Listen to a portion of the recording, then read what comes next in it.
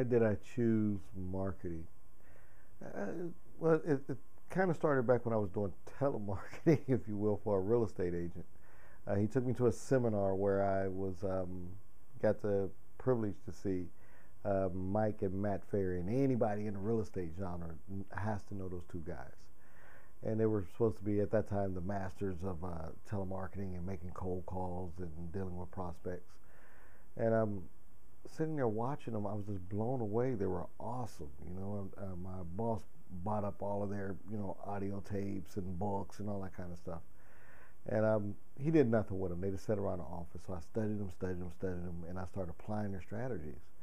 And it, may sound kind of mean at the time, but I became so good at it, I could just about demand any amount of money I wanted for prospecting because I was the best at doing it. And other people started asking me, to teach them. So I thought, well, if I was to create my own workshop or seminar or workbooks or audio tapes, how would I do it? What would I do differently? How could I improve upon, in my opinion, what they were doing? So I did it. I created a product called Dialing for Dollars, and I had this great product. And I was like, okay, what do I do with this now? I have it. I didn't know how to sell it. So I started reading books on selling and stuff like that, and I ran by a quote that said that, let me make sure I get it right. I use it all the time, and now during the interview, I'm having difficulties getting it out. It was something along the lines of business consists of successful businesses are 90% marketing and 10% innovation. I had the innovation, pretty much down pat. I was always looking for new ways to think outside the box and to create new things. But the marketing I knew nothing about. So I started reading marketing books. And I got so frustrated because it took me like 2-3 days to read this book. So I stopped everything and I started taught myself how to speed read.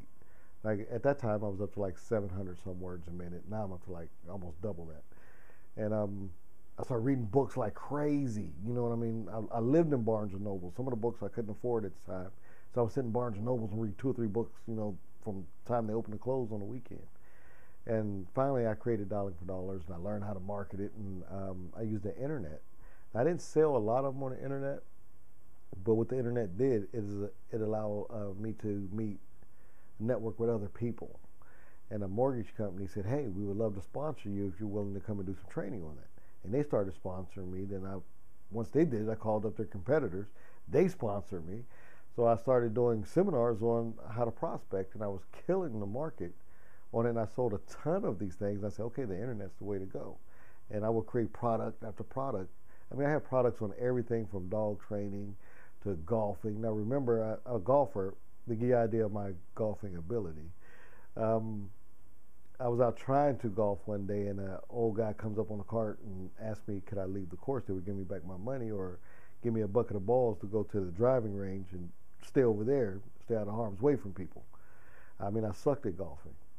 So what I did is they had guys there that taught you how to golf. And from studying Tony Robbins, I knew that I didn't have to be a golf professional in order to get their belief structure and to create products.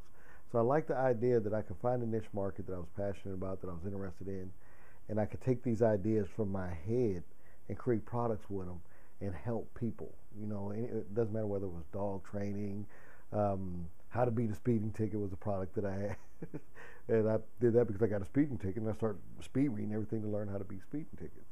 And I created all these products, and I was making a full-time living from selling my ideas to people who were passionate that wanted that information. And then it came to a point where the market started changing as the internet started expanding, and we went from the dial-up modems to cable modems and DSL and all that kind of stuff. Marketers started coming on there with crazy claims. Like I remember one said, soccer mom makes $10,000 in a weekend. She knew nothing about the computer. Grocery store bagger makes $100,000 a day online. And I'm like, come on now, nobody's going to believe that. So I stayed consistent and true with what it was I was doing. And next thing I know, boom, these people exploded. They're selling this. I'm selling my product for like, $147, $97, $47. And these people were selling information not even as good as the information that I was putting out, but they were selling it with these huge claims of getting rich overnight for thousands of dollars, and people were lining up with their credit cards in hand. So I had to take a step back, and I said, well, I want to service people. That was my number one thing I wanted to do.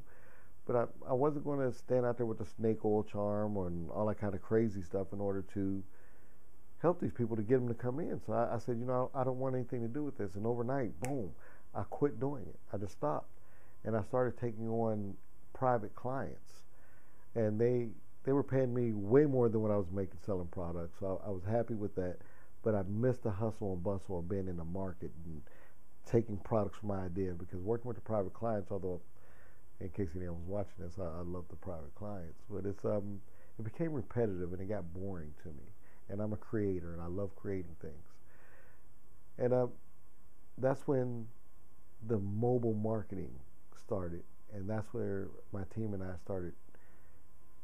We turned everything around and we started spearheading mobile marketing and mobile apps for businesses, and that's where we came up with the mobile marketing revolution.